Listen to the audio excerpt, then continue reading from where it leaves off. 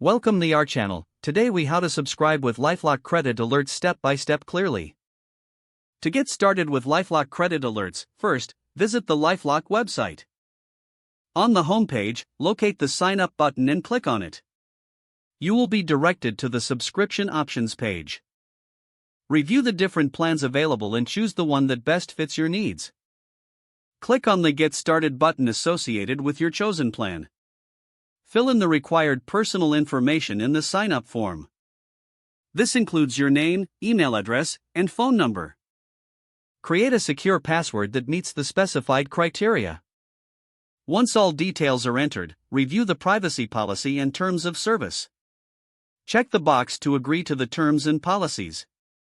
Now, proceed by clicking the Continue or Next button. The next step involves entering your payment information. Provide your credit or debit card details as required. After that, you'll need to verify your identity. Follow the prompts to input any additional identification information needed.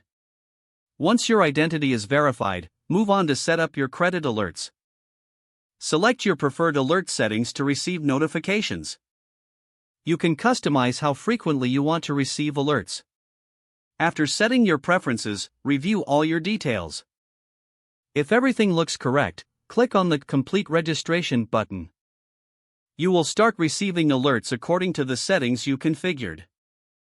Make sure to log into your account regularly to manage your settings. Stay vigilant and monitor your credit status for any unusual activity. If the page does not load, refresh the browser or try again in a private or incognito window.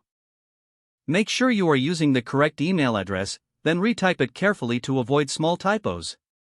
If your password is not accepted, use the reset option and create a new strong password you can remember. Check your spam folder for verification or security emails, then complete any requested confirmation steps.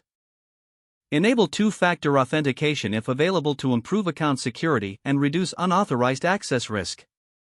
Don't forget to like this video and subscribe to our channel for more step-by-step tech guides.